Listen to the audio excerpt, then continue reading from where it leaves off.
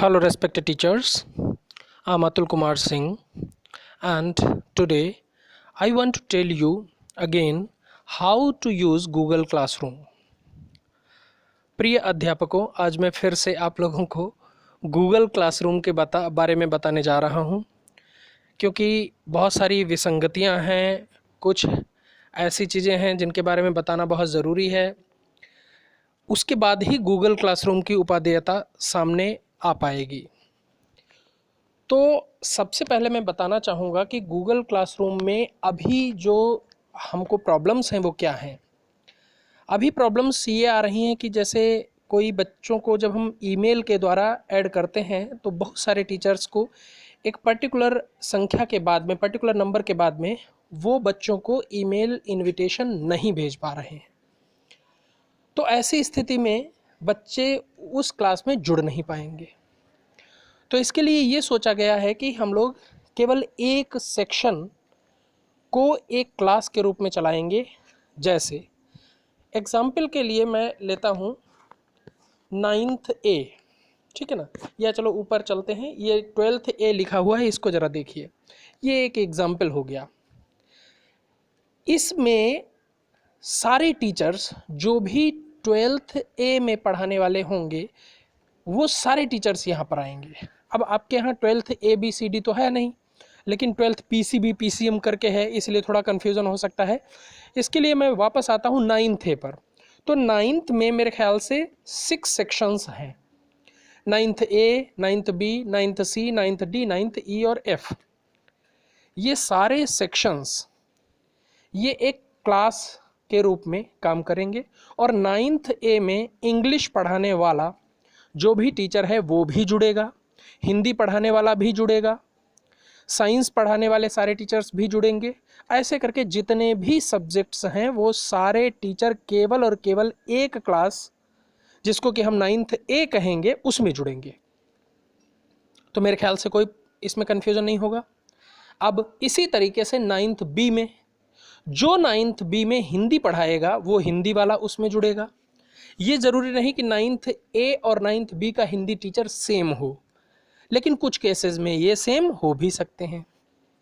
तो इस तरीके से total 9th A B C D E F केवल इतने ही क्लासेस 9th में होंगे। उसी तरीके से 10th में भी उतने ही क्लासेस होंगे जितने सेक्शंस होंगे, और हर क्लास में हर सब्जेक्ट को पढ़ाने वाला टीचर उपलब्ध रहेगा, ठीक है ना। अब ये स्वाभाविक है कि अगर मैं 9th A की बात करूं तो उसमें 50 से 60 बच्चे होंगे। तो आपको एक सब्जेक्ट की, सपोज आप इंग्लिश पढ़ाते हैं, तो आपको 50 से 60 असाइनमेंट्स आपको चेक करने को मिलेंगे। 50 to 60 assignments you will get for checking. तो अब क्या करना है, यानी अब ये बहुत बड़ा वैसा वाला क्वेश्चन नहीं रह गया कि बहुत सारे असाइनमेंट्स आएंगे तो क्या किया जाएगा। तो यानी यहाँ पर नंबर ऑफ असाइनमेंट्स ऑटोमेटिकली कम हो जाएंगे। अब बात करते हैं कि इस क्लास को हैंडल करने में क्या क्या प्रॉब्लम्स आएंगी, क्योंकि यहाँ पर सब्जेक्ट बहुत सारे हैं। तो जिस समय आप असाइनमेंट देंगे बच्चों को, उस समय आप किस प्रकार असाइनमेंट देंगे। तो मैं एक एग्जाम्पल यहाँ पर 12th क्लास का, वापस पिहानी वाले 12th क्लास का एग्जाम्पल लेता हूँ। तो देखिए, ये 12th क्लास को मैंने टैप किया, और इस प्रकार मैं आपको ऑलरेडी बता चुका हूँ कि क्लास वर्क और पीपल, इसमें आप जाएंगे तो यहाँ पर नीचे आप देखिए स्ट्रीम, क्लास वर्क और पीपल आपको लिख के मिल रहा है। तो क्लास वर्क में जाइए, और क्लास वर्क में जब भी आप जाते हैं तो आपको बिल्कुल बॉटम साइड में कॉर्नर में एक प्लस का साइन मिलता है। इस प्लस साइन को टैप कीजिए तो आपको मिलता है असाइनमेंट। सारे टीचर्स से एक अनुरोध है कि आप लोग बाकी जो क्वेश्चन, मटेरियल, टॉपिक और रीयूज पोस्ट, ये जो 4 चीज़ें मिलती हैं, इनमें से किसी को भी आप लोग यूज़ मत करें, क्योंकि कॉम्प्लिकेशंस बढ़ाने के बजाय जो सबसे इजी हो वो काम कीजिए। तो इसमें आप असाइनमेंट पर जाइए। हमेशा जब भी आपको असाइनमेंट देना हो तो असाइनमेंट, अगर क्वेश्चन लिखना है तो भी आप असाइनमेंट पर जाइए, और मटेरियल पोस्ट करना है तो भी आप असाइनमेंट पर जाइए। क्यों? इससे एक बहुत आसानी रहेगी, वो ये आसानी रहेगी कि जब भी कभी आप असाइनमेंट देंगे तो बदले में जो बच्चे हैं वो आपको फ़ोटो खींचकर उसका जवाब दे पाने में सक्षम होंगे और वो असाइनमेंट के साथ ही उसको टैग कर सकेंगे। प्रकार आप कॉपी चेक करने में आपको असुविधा नहीं होगी। लेकिन अगर आप क्वेश्चन वगैरह से जाएंगे तो वो गूगल फॉर्म पर खुलेगा और वो आप जान भी नहीं पाएंगे कहाँ खुल रहा है, तो वो दिक्कत करेगा क्वेश्चंस में भी जाने पर और स्टडी मटेरियल में भी जाने पर इसी तरीके की थोड़ी बहुत दिक्कतें हैं। तो सबसे बढ़िया क्या है कि आप असाइनमेंट सेक्शन में गए, यहाँ पर आप देख रहे हैं टाइटल लिखा हुआ मिल रहा है। इस टाइटल पर मैं लिखने जा रहा हूँ अपना सब्जेक्ट। सपोज मैं यहाँ बायोलॉजी टीच करता हूँ, then I will write here biology. ठीक है ना, मैंने लिख दिया बायोलॉजी। तो इससे कोई कन्फ्यूज़न नहीं होगा कि जो बच्चे इंग्लिश का सपोज करो असाइनमेंट चाहते हैं तो उनको वहाँ पर इंग्लिश लिखा हुआ मिलेगा, मैथ्स वालों को मैथ्स लिखा हुआ मिलेगा, तो कोई प्रॉब्लम नहीं होगी। तो सबसे बढ़िया क्या है कि अपना सब्जेक्ट यहाँ ज़रूर डालना पड़ेगा आप लोगों को। क्यों? क्योंकि अब सारे टीचर अलग अलग सब्जेक्ट्स के हैं और वो यहाँ पर पढ़ा रहे हैं, तो इसलिए यहाँ पर आप बायोलॉजी लिख दीजिए। बायोलॉजी के बाद में आप यहाँ पर डिस्क्रिप्शन आज क्या बताने जा रहे हैं, तो suppose I am talking about chapter 2, chapter ये 2 हो गया। अब चैप्टर 2 में भी क्या, अगर आप कुछ भी इसमें बताना चाह रहे हैं, चैप्टर 2 में एलेबोरेट करना चाह रहे हैं कि किस टॉपिक पर, पर्टिकुलर टॉपिक पर आज वो बच्चे पढ़ें, ठीक है ना, तो वो टॉपिक यहाँ पर आप इंक्लूड कर सकते हैं। ठीक है ना, जैसे मैं यहाँ पर केवल और केवल structure of typical flower, structure of, one second, structure of a typical flower, इसकी बात करने जा रहा हूँ, तो मैं यहाँ पर ये लिख दूंगा। ठीक है ना, ये हो गया। उसके बाद में अगर मैं यहाँ पर कुछ भी जो भी चीज़ ऐड करने चाह रहा हूँ तो वो मैं ऑलरेडी बता चुका हूँ कि आप यहाँ पर ड्राइव से ऐड कर सकते हैं, लिंक से ऐड कर सकते हैं, फाइल से ऐड कर सकते हैं, फ़ोटो ले सकते हैं, रिकॉर्ड वीडियो यानी वीडियो रिकॉर्डिंग कर सकते हैं, या फिर न्यू PDF। ठीक है ना, इतना सब कुछ यहाँ पर आप कर सकते हैं। अब आप जान लीजिए कि लिंक का प्रयोग कैसे करेंगे। देखिए, जो यूट्यूब पर हमारे आपके वीडियोज़ पड़े हुए हैं वहाँ उन वीडियोज़ पर जाइए, मैं उस दिन भी बता चुका हूँ आपको और एक बार मैं फिर से बताना चाह रहा हूँ। ये लिंक पर इस तरीके से ऐड लिंक आ जाएगा। जो गूगल ड्राइव है उसी तरीके से गूगल ड्राइव का भी प्रयोग कर सकते हैं आप, लेकिन पहले इसको देख लीजिए। जब मैं ऐड लिंक यहाँ पर करता हूँ तो देखिए मुझे लिंक ले आना पड़ेगा यूट्यूब से। तो मैं अपने चैनल पर जाता हूँ, इसको मिनिमाइज़ करते हुए मैं अपने चैनल पर जा रहा हूँ और यहाँ से मैं 12th की सपोज करो प्लेलिस्ट जो है 12th PCB मुझे मिल गई है और यहाँ से मैं बायोलॉजी का चैप्टर 2, तो ये है आपका चैप्टर 1 और ये है आपका चैप्टर 2। तो चैप्टर 2 का ये वाला वीडियो मैं सपोज करो इसको मैं यहाँ पर शेयर करना चाह रहा हूँ। तो जब मैं शेयर करता हूँ तो कॉपी लिंक आ जाएगा ऑप्शन, ये कॉपी लिंक से मैं लिंक को कॉपी कर लूँगा। फिर से एक बार देखिए, जब मैं शेयर करूँगा तो ये शेयर करने पर कॉपी लिंक ऑप्शन आ रहा है, यहाँ पर मैं कॉपी लिंक करने पर ये कॉपी हो जाएगा। वापस चलते हैं क्लासरूम में, यहाँ पर इस चीज़ को मैं लिंक किए दे रहा हूँ, तो देखिए ये पेस्ट हो गया। तो ऐड करने पर ये यहाँ लिंक हो गया। ये सबसे नीचे देखिए बॉटम में मटेरियल में आ गया। ठीक है ना, अब बात करते हैं यहाँ क्या, नो कैटेगरी ये लिख के आ रहा है। इसमें आप कैटेगरी मैंने इतनी बना रखी हैं, जो भी कैटेगरी आप, ये सब कोई ज़रूरी नहीं है आपके में ABCD बन के इतना सारा कुछ नहीं आएगा, मैंने ये बना रखी हैं वो अलग बात है। आप इसमें देना चाहें कैटेगरी दीजिए, ना देना चाहे बिल्कुल मत दीजिए, कोई ज़रूरत नहीं है इसकी। ठीक है ना, फिर आगे बात आती है पॉइंट्स की। देखिए पॉइंट्स आप अनग्रेडेड भी कर सकते हैं अगर ये केवल और केवल स्टडी मटेरियल है, लेकिन अगर ये क्वेश्चंस हैं तो यहाँ पर पॉइंट आप दे दीजिए।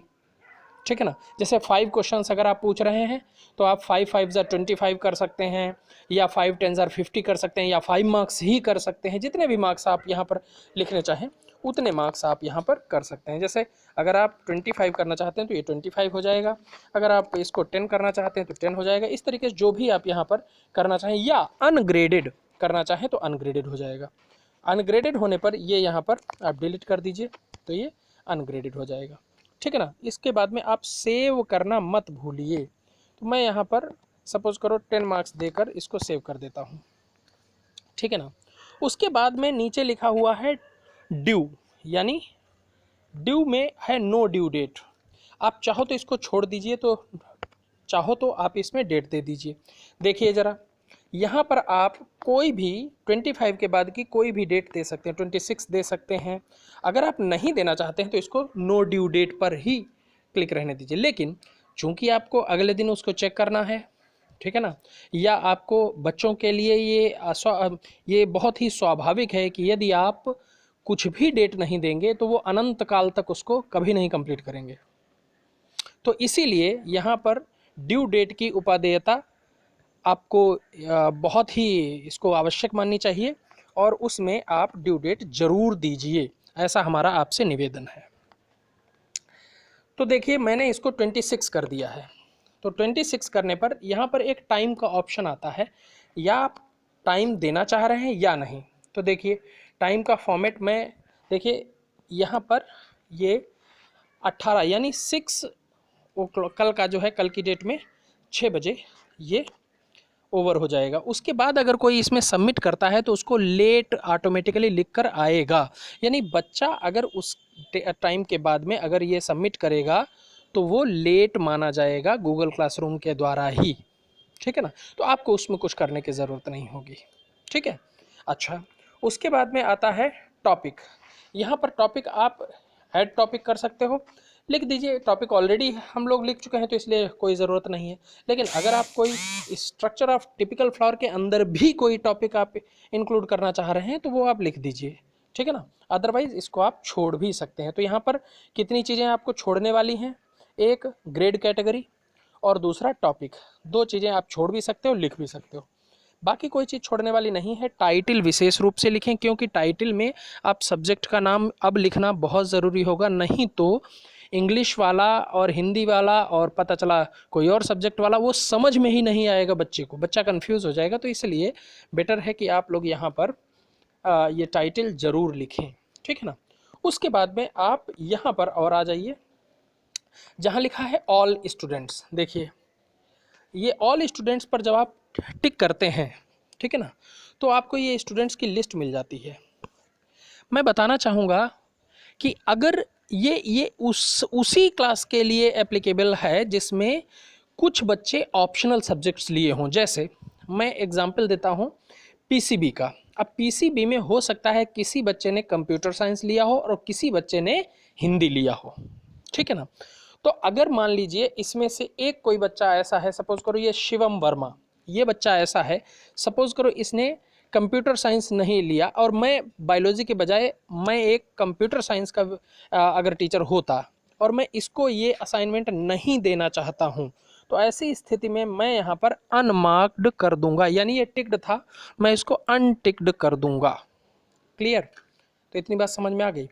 और अगर मान लीजिए इसने भी ये नहीं, इसके पास भी कंप्यूटर साइंस नहीं है, तो मैं इसको भी इस तरीके से हटा सकता हूँ। लेकिन अगर है तो इन दोनों को ऐड कर सकता हूँ, ठीक है ना, इस तरीके से। यानी यहाँ पर किस बच्चे को कौन सा असाइनमेंट दिया जाना है ये आपको देखना है, ठीक है ना। तो बाय डिफ़ॉल्ट ये ऑल स्टूडेंट्स के लिए आता है, लेकिन आप इनमें से किसी स्टूडेंट को हटा भी सकते हैं, ठीक है ना, और उसको कभी भी आप एडिट भी कर सकते हैं, ठीक है ना। तो यानी अब चूंकि हमें यहाँ पर हटाना नहीं है तो इसलिए मैं वापस जाता हूँ, तो ऑल स्टूडेंट्स लिख के फिर से आ जाएगा। अच्छा, एक बात और मैं बताना चाहूँगा, अगर आप इसमें ऑल स्टूडेंट पे देखिए, अगर मैं एक बच्चे को हटा भी रहा हूँ और उसके बाद भी डन कर रहा हूँ तो देखिए यहाँ पर नंबर ऑफ स्टूडेंट्स आ जाएगा। तो ये ऑल स्टूडेंट लिख कर नहीं आएगा, यहाँ पर अब 26 स्टूडेंट लिख कर आ रहा है आउट ऑफ 27, अर्थात एक स्टूडेंट इनमें से कम हो गया। वापस आते हैं और इसको भी असाइनमेंट दे देते हैं, तो ये हो जाएगा, सॉरी मैंने सेव नहीं किया, देखिए ये हो जाएगा ऑल, ठीक है ना। इस तरीके से ये इसकी क्या भूमिका है वो भी मैंने बता दी। उसके बाद आगे चलते हैं और आगे देखिए अटैचमेंट के लिए ये जो ऊपर देखिए अटैचमेंट के लिए ये जो चीज़ थी वो मैंने बता ही दी थी, और यहाँ जो ये वाला है ये आगे बढ़ने के लिए है, यानी सेव करने के लिए, यानी असाइनमेंट दिए जाने के लिए। तो इसको देख लेते हैं एक बार। देखिए ज़रा, यहाँ मैं इस चीज़ को दे रहा हूँ, तो जब मैं इसको क्लिक करूँगा तो ये यहाँ पर सेव हो गया। अब देखिए क्लास वर्क में आते हैं, क्लास वर्क में, और देखिए अभी अभी जस्ट यहाँ पर आपको लिखा हुआ मिल रहा होगा ये बायोलॉजी, ठीक है ना। तो स्पष्ट हो जाता है कि ये काहे का असाइनमेंट है, ये किस चीज़ का असाइनमेंट है, बायोलॉजी का असाइनमेंट है। तो इसमें बच्चा कंफ्यूज नहीं होगा, किसी भी प्रकार से बच्चा कंफ्यूज नहीं होगा, ठीक है ना। तो इसके कंफ्यूजन से बचाने के लिए आपको इस तरीके से ये टाइटल ज़रूर लिखना है। जब बच्चा इस पर क्लिक करेगा तब उसे यही सारा कुछ मिल जाएगा। देखिए ज़रा, 27 बच्चों को ये दिया गया है। ये स्टूडेंट वर्क में अभी 0 आ रहा है, 27 असाइंड आ रहा है। इंस्ट्रक्शन में जब जाओगे तब आपको इस तरीके से लिखा हुआ मिलेगा, ठीक है ना। Structure of a typical flower, class 12 biology, जो भी है इस तरीके से लिखा हुआ मिलेगा। अगर आप बाई चांस इसको एडिट करना चाहते हैं, कुछ गलती हो गई है, तो आप यहाँ से जाके कोने पर से जाके एडिट कर सकते हैं। एडिट करने पर सेम वही चीज़ आ जाएगी। कोई चीज़ आप एडिट करना चाहते हैं, जैसे यहाँ पर टिपिकल फ्लावर के बजाय फ्लावर्स करना चाहते हैं, या कुछ भी ऐसे करके XYZ कुछ भी लिखना चाहते हैं, तो वो आप यहाँ पर लिख सकते हैं, ठीक है ना। कहीं पर भी आप एडिट कर सकते हैं, वो कोई प्रॉब्लम नहीं है। जैसे बायोलॉजी चैप्टर 2 लिखना चाह रहे हैं इसमें, तो चैप्टर 2 लिख दीजिए, चैप्टर 2। तो एडिट के बाद भी आप सेव करना मत भूलिए, ठीक है ना, ये रहेगा। उसके बाद एक बहुत महत्वपूर्ण बात बतानी बहुत ज़रूरी है, और वो क्या है कि आपसे बच्चा आप जिस क्लास में हैं उस क्लास का कोड पूछ सकता है। क्योंकि अगर उसको आपका पता चला नंबर पता है, लेकिन बाकी स्कूल का नंबर नहीं पता है, प्रवीण जी का नंबर नहीं पता है, ठीक है ना, ऐसी स्थिति में, और आप उसको जानते हैं कि वो आपका स्टूडेंट है, तो वो अगर आपसे कोड पूछता है तो आप कोड कैसे उस बच्चे को बताएंगे। क्योंकि अब हम ईमेल से जोड़ने नहीं जा रहे हैं, अब हम बच्चे को कोड से जोड़ने जा रहे हैं। तो इसके लिए देखिए, आप बिल्कुल यहाँ पर क्लिक कीजिए, तो आप जो है यहाँ जिस क्लास पर भी जाएं उस क्लास पर आप जब टैप करेंगे, देखिए जैसे मैं 10th पर टैप कर रहा हूँ तो ये 10th हो गया, ठीक है ना। एक मिनट, ये 10th हो गया। तो 10th का कोड अगर हमें जानना है तो यहाँ ऊपर देखिए, यहाँ पर ये सेटिंग है, ठीक है ना। इस सेटिंग में जब मैं क्लिक करूँगा तो यहाँ से मैं इस तरीके का ये खुल जाएगा, अबाउट और जनरल। जनरल में क्लास कोड लिख के आ रहा है, ठीक है ना। क्लास कोड यहाँ पर देखिए, जनरल में यहाँ पर ये क्लास कोड लिख के, सॉरी, ये क्लास कोड लिख कर आ रहा है, ठीक है ना। फिर से देख लीजिए, ये क्लास कोड लिख कर आ रहा है। तो मुझे क्या करना है, इस पर केवल होल्ड करना है, इसको प्रेस करके होल्ड करना है, तो ये कॉपीड क्लास कोड लिख के आ जाएगा, यानी ये क्लास कोड कॉपी हो गया, ये क्लास कोड अब कॉपी हो गया।